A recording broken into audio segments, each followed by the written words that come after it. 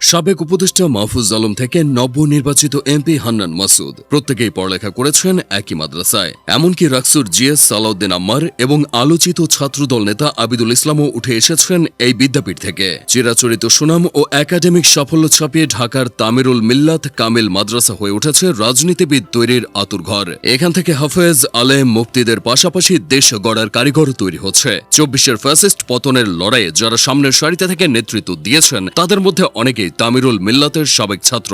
বৈষম্য বিরোধী ছাত্র আন্দোলনের সাবেক সংগঠক ও নোয়াখালী ৬ আসনের নবনির্বাচিত সাংসদ হান্নান মাসুদ এই মাদ্রাসা থেকে আলিম সম্পন্ন করেছেন। সাবেক তথ্য ও যোগাযোগ উপদেষ্টা মাহফুজ আলমও মাদ্রাসাটি থেকে আলেম হয়ে বেরিয়েছেন। একই মাদ্রাসার শিক্ষার্থী ছিলেন ঢাকা বিশ্ববিদ্যালয় ছাত্র সংসদ নির্বাচনের ছাত্রদল মনোনীত ভিপি প্রার্থী আবিদুল ইসলাম এবং রাজশাহী বিশ্ববিদ্যালয় ছাত্র সংসদের সাধারণ সম্পাদক সালাউদ্দিন আম্মার। সেই সাথে শেরপুর ১ আসনের নবনির্বাচিত সাংসদ হাফেজ রাশেদুল ইসলাম এবং পাবনা ১ আসনের নতুন এমপি ব্যারিস্টার নজিবুর রহমান মোমেনও তামিরুল মিল্লাতের সাবেক শিক্ষার্থী।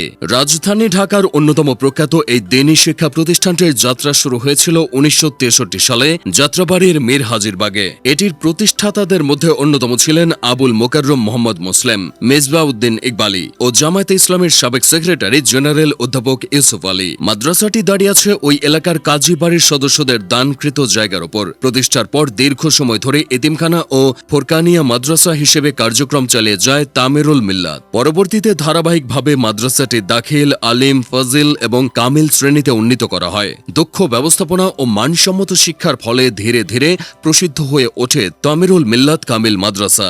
লাগাতার বাড়তে থাকা শিক্ষার্থীদের চাপ সামাল দিতে একটা সময় ক্যাম্পাস সম্প্রসারণের প্রয়োজনীয়তা দেখা যায়। তারই ধারাবাহিকতায় ১৯৯৭ সালে টঙ্গীতে মাদ্রাসাটির আরেকটি শাখা চালু করা হয়। এরপর ২০০২ সালে নারী শিক্ষার্থীদের জন্য চালু করা হয় তামিরুল মিল্লাত মহিলা কামিল মাদ্রাসা। তাছাড়া ২০১১ সালে টঙ্গীতে পুরুষ ক্যাম্পাসের পাশে পৃথকভাবে বালিকা শাখা চালু করা হয়। অর্থাৎ সব মিলিয়ে বর্তমানে দ্বীনি শিক্ষা প্রতিষ্ঠানটির সর্বমোট ৪টি ক্যাম্পাস আছে।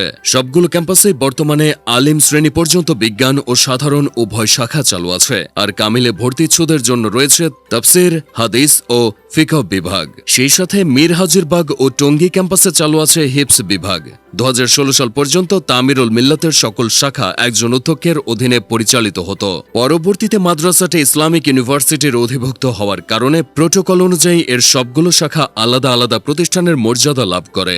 ৪ ক্যাম্পাস মিলিয়ে বর্তমানে দেশের অন্যতম বড় এই মাদ্রাসার মোট শিক্ষার্থীর সংখ্যা প্রায় ২২,০০০। আর তাদের পাঠদানের জন্য নিয়োজিত রয়েছে ৩ শতাধিক শিক্ষক। কয়েক বছর ধরে প্রতিষ্ঠানটি ধারাবাহিকভাবে আলিম পরীক্ষার ফলাফলে প্রথম স্থান অধিকার করছে। প্রতি বছর এখান থেকে গড়ে ৬০০ থেকে ৮০০ শিক্ষার্থী জিপিএ ৫ অর্জন করে। পাশাপাশি দেশের বিভিন্ন পাবলিক বিশ্ববিদ্যালয়ের ভর্তি পরীক্ষায় তামিরুল মিল্লাতের শিক্ষার্থীরা বেশ এগিয়ে থাকেন।